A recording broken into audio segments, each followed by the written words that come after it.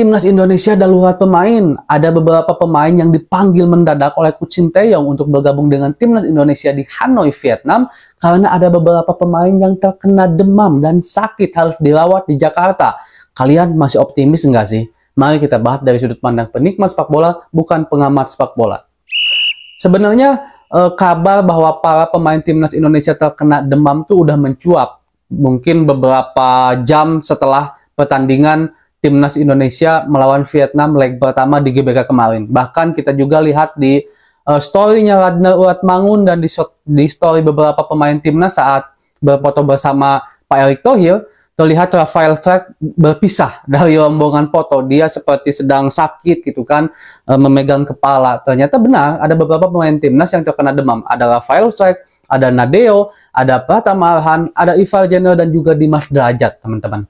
Nah, tentang demamnya para pemain Timnas Indonesia ini banyak spekulasi. Ada yang bilang karena terkena virus, karena banyak para supporter cewek-cewek di Indonesia yang memaksa untuk meminta foto kepada para pemain Timnas. Tapi ini juga udah diberikan ya beritanya secara langsung dari Timnas Indonesia kalau ini bukan dari supporter. Mereka memang terkena demam karena kita akui juga teman-teman di Indonesia sekarang lagi bisa dibilang pancaroba gitu. Dari musim hujan sudah mulai mau ke musim panas gitu. Di kota saya aja sekarang udah beberapa hari panas. 2 hari ke belakang hujan lagi gitu. Ini memang keadaan udara yang bisa dibilang belum stabil gitu kan. Nah, yang jadi masalahnya, mungkin kalau Nadeo cedera oke lah. Masih ada pemain penjaga gawang yang bisa menggantikan Nadeo. Ivar Jenner cedera.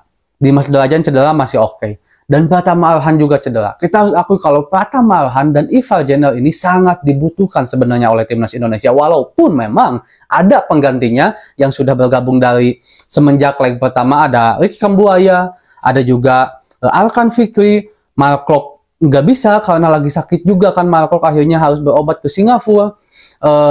Tapi masuk juga Tom Hey, pemain baru. Sebenarnya harapan kita ya, dan saya juga yakin ini harapan para staf kepelatihan di Timnas, Ivar Jenner tuh bisa berduet dengan Tom Hey di debut Tom Hey di leg kedua di Vietnam nanti, pengennya. Tapi apa daya, karena Ivar Jenner sakit, saya baca beritanya juga harus dirawat di Jakarta sehingga nggak ikut ke Vietnam. Otomatis Tom Hey akan berduet dengan pemain lain, entah itu mungkin Ricky Kambuaya atau Marcelino Ferdinand atau juga mungkin Justin Hubner. Katanya Justin Hubner juga sempat mengalami demam sedikit kan. Nah, dan juga Rafael Struijk sebenarnya dibutuhkan juga, walaupun memang masuk pemain yang baru debut juga yang kita tunggu-tunggu itu Radna Uatmangun. Tapi tidak adanya pemain-pemain ini, walaupun Rafael Struijk akhirnya juga terkonfirmasi menyusul Hanoi, tapi kayaknya tipis deh kemungkinan dia untuk bermain karena belum pulih. Tapi mudah-mudahan aja cepat pulih. Pengganti Pratama Arhan memang ada 2, Nathan Chow dan juga siapa saya lupa. Oh, Edo Febriansyah, pemain Persib Bandung.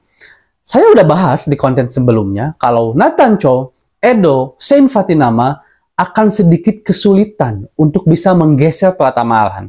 Kita harus apple to apple karena kita harus akui permainan Pratama Arhan pas di Piala Asia dan setelah Piala Asia di leg pertama kemarin itu luar biasa banget teman-teman. Bukan hanya tentang kita membicarakan lemparan jauhnya yang menjadi amunisi dan juga senjata mematikan Timnas Indonesia, tapi memang secara permainan keseluruhan Pratama Arhan bagus, sangat bagus. Dan bagi saya pemain-pemain yang memiliki karakteristik duelnya itu luar biasa keras dan juga kecepatannya bagus, seperti karakteristik pemain Timnas Indonesia Pratama Arhan ini memang dibutuhkan untuk melawan lawan Timnas Indonesia yang memang memiliki karakteristik kurang lebih sama seperti Vietnam. Dan kita harus akui kalau lemparan jauh Pratama Arhan itu menjadi salah satu alternatif yang sangat efektif bagi Timnas Indonesia jika seandainya Timnas Indonesia bertemu dengan lawan-lawan yang postur tubuhnya sepadan. Sama seperti Jepang kemarin kita dapat dari gol dari hasil proses lemparan jauh Arhan. Melawan Vietnam juga.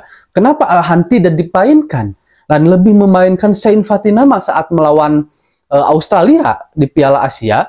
Karena menurut saya pertimbangan Coach Sinteyong, Australia itu udah ada di level yang berbeda dalam bermain bola. Mereka udah lebih mengedepankan possession football, game plan, bukan lari-lari cepat seperti karakteristik eh, negara Asia Tenggara termasuk Indonesia.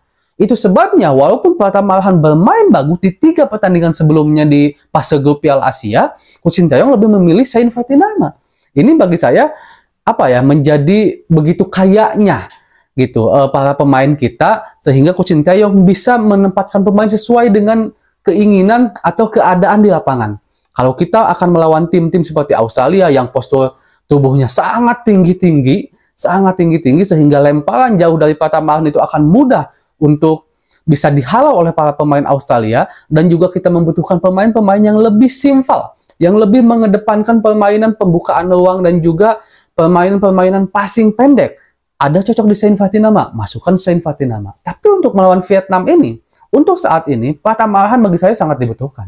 Dengan daya petarungnya yang karakteristik Indonesia banget gitu kan, dengan lemparan jauhnya, karena postur tubuh pemain timnas Indonesia dengan Vietnam bisa dibilang setara, bahkan lebih tinggi pemain-pemain kita jika seandainya kita kalkulasikan itu dengan para pemain keturunan. Ini jelas akan sangat dibutuhkan oleh timnas Indonesia. Tapi sayang, Pratama Arhan dan Ivar Jenner khususnya tidak bisa bermain. Kemungkinan tidak bisa bermain ya, karena berita terakhir rilis itu mereka dirawat di Jakarta dan tidak ikut ke Vietnam.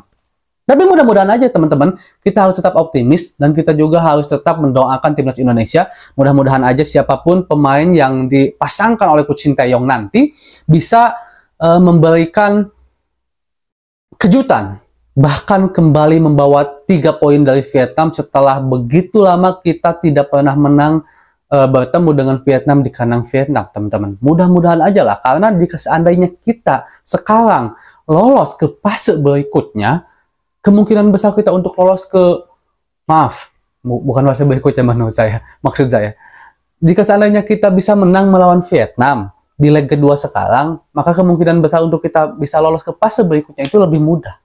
Karena kita tinggal mengandalkan untuk bisa mengalahkan Filipina. Oke, kalah dari Irak pun nggak jadi masalah, asalkan menang lawan Filipina, dan Vietnam juga kalah dari Irak nantinya. Mudah-mudahan aja lah, teman-teman timnas Indonesia bisa memberikan yang terbaik. Kita dukung apapun hasilnya, dan sangat nggak sabar melihat permainan timnas Indonesia nanti malam. Assalamualaikum.